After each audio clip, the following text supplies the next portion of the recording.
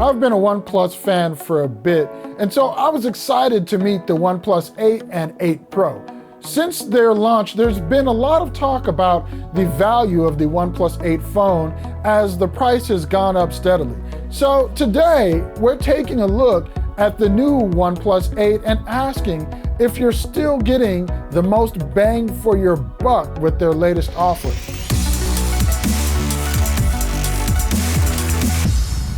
Hey, if any of these videos have helped you, if this one helps you decide, make a determination, please hit us with that thumbs up, with that subscribe, and hit that notification bell so you'll get all the updates when we upload the latest videos.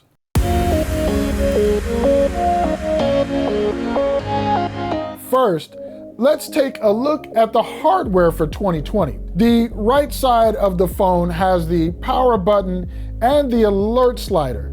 This is one of my favorite hardware features of this phone, and I think all Android phones actually should have it.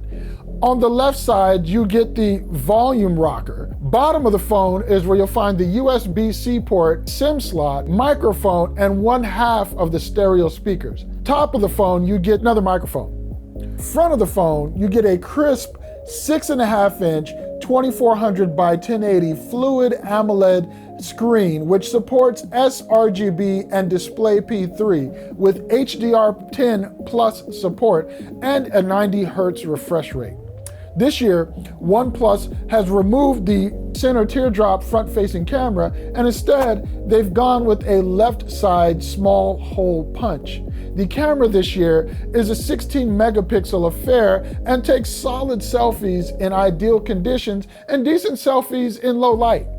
Above the camera is the second speaker in the stereo pair. This one mainly handles higher frequency sounds, and between the two, they definitely get loud enough for watching YouTube and Netflix. The back of the phone is a triple stacked lens setup, unlike last year, which was the circular setup.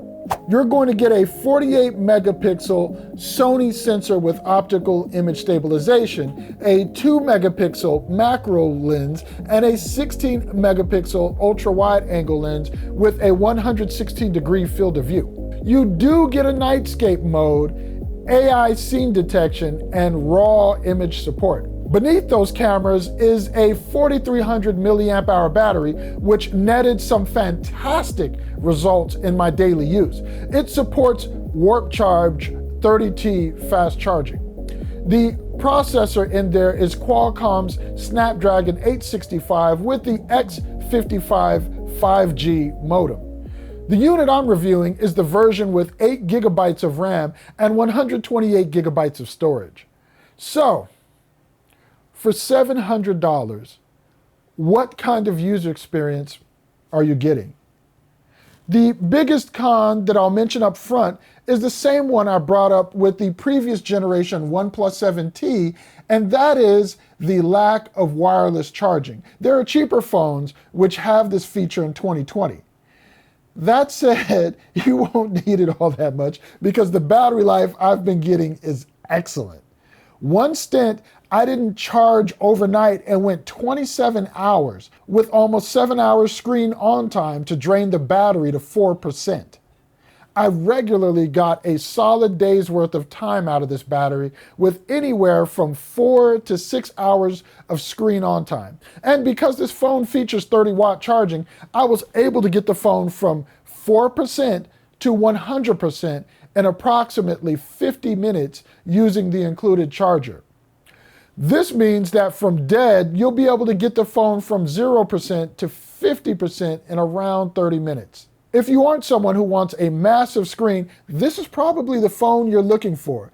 It feels small, fast, and light. It's agile. That 90 Hz refresh rate adds to that feeling of being fast. The screen is buttery smooth, and content on the phone looks great with the HDR10 plus screen. I pulled up some animation on YouTube from Line Animation, the same company who I've shown in previous reviews that created the Mighty Grand Piton. This time, it is animation for a bike commercial out of Japan. It is slick and looks great on this display. The sound is wonderful as well.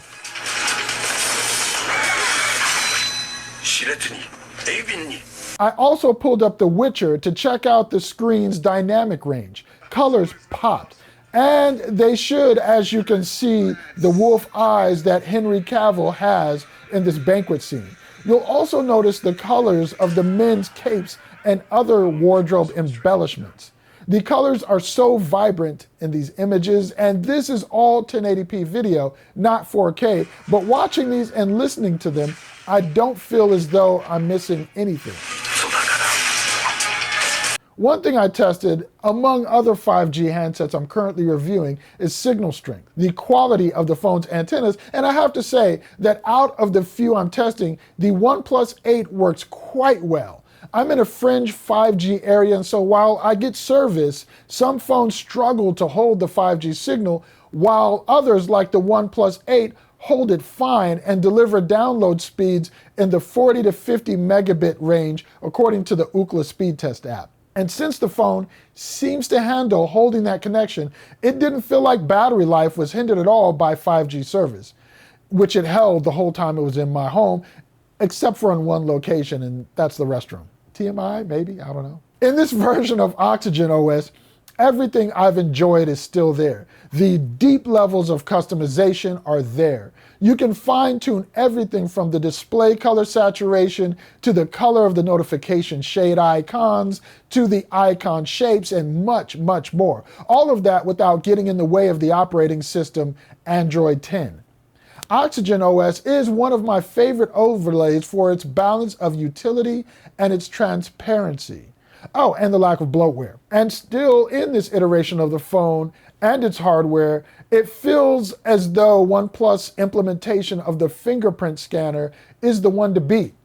Scans or unlocks are fast with rarely a misfire. It really is a best-in-class fingerprint scanner. Low light camera photography may not be number one, but it's far from poor. As you can see in these low light photos taken at a local metro stop here in Los Angeles, the colors are solid and the blacks are serviceable where noise is concerned. Even the ultra wide angle camera took some pretty solid night mode photos with acceptable amounts of noise in the darker regions of the images. In these night mode photos, the colors are a bit oversaturated, but the contrast is respectable.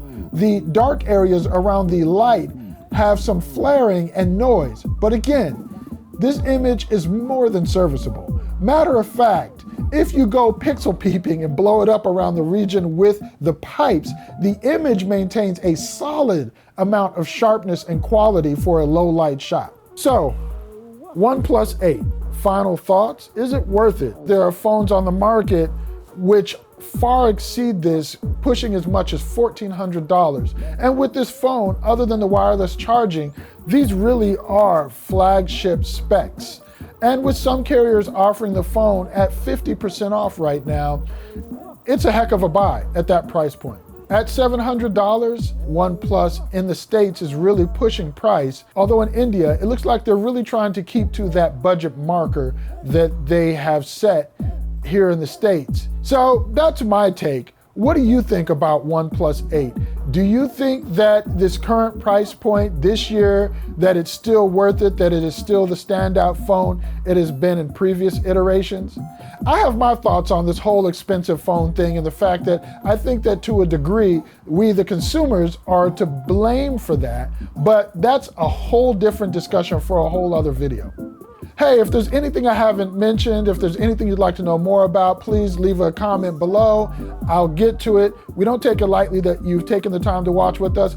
And if you want to find out more about those carriers who are offering 50% off of this phone at the time that we shot this video, or what the current deals are as this video is released on our YouTube channel, go ahead and hit reviews.org, the actual website, not this YouTube channel, but the website linked in the description below, and you can find all the various rate plans that have the best deals, what the minutes, what the data amounts and allotments are like. You'll find that all right on the website. I'm Tshaka Armstrong for reviews.org on YouTube, and telling you to check out what the amazing researchers over on reviews.org, the site, are doing. See you in the next video.